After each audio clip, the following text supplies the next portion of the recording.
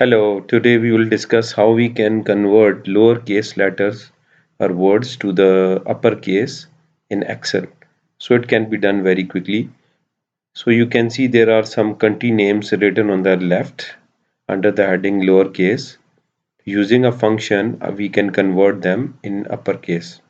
So click on the cell where you want to convert them. Let's say I have clicked here, press equal to sign and the select and then call the function upper u double p e r parenthesis start and select the cell which you want letter which you want to convert to uppercase. Let's say we want to convert Japan. Click and press enter. Now you can see Japan is converted into uppercase letters. So now we can expand this to all remaining cells like this. Okay, now you can see all words are converted into uppercase letters.